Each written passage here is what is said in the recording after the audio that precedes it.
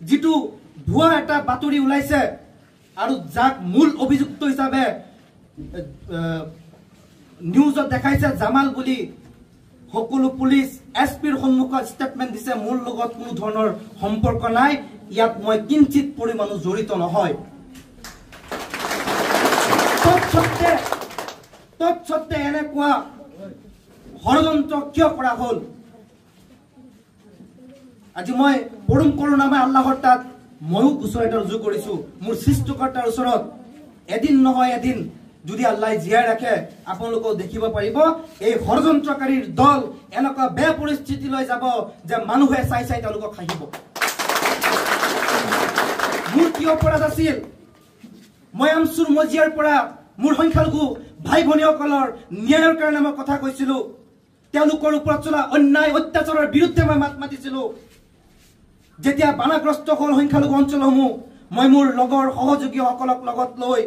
বিভিন্ন জায়গাৰ পৰা বান সাহায্য সংগ্ৰহ কৰি এই বানাক্ৰান্ত লোকসকলক মই সহায় কৰিবৰ কাৰণে দিনে নিশাই কষ্ট কৰি আছিলো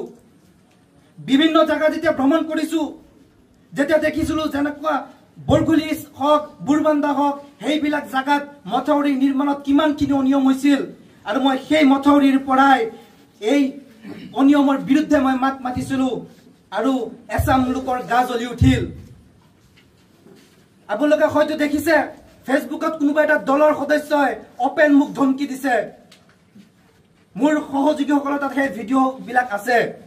কিন্তু মই সেইবিলাক ধমকিকো মই কেৰাপ কৰা নাছিলো মই মোৰ কাম কৰি গৈছিলো মোৰ মনত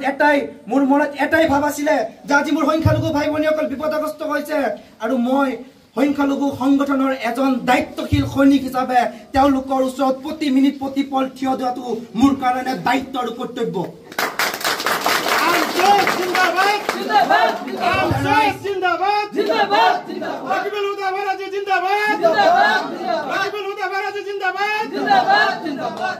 শ্ৰদ্ধাৰ ৰাইজ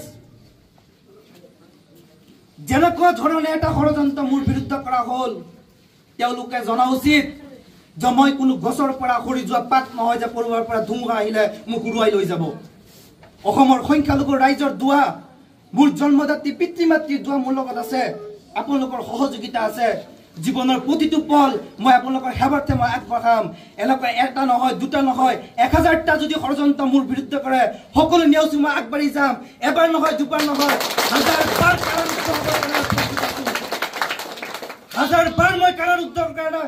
প্ৰস্তুত আছো কিন্তু সংখ্যালঘু ভাই ভনীসকলৰ যেতিয়া ভৱিষ্যতৰ কথা আহিব কোনো কম্প্ৰমাইজ নকৰো সন্মুখৰ পৰা গুলি খাই শ্বহীদ হ'ম কিন্তু কোনো দিন মই পিছুৱাই নাহো আপোনালোকৰ আগত মই প্ৰতিজ্ঞা কৰিছো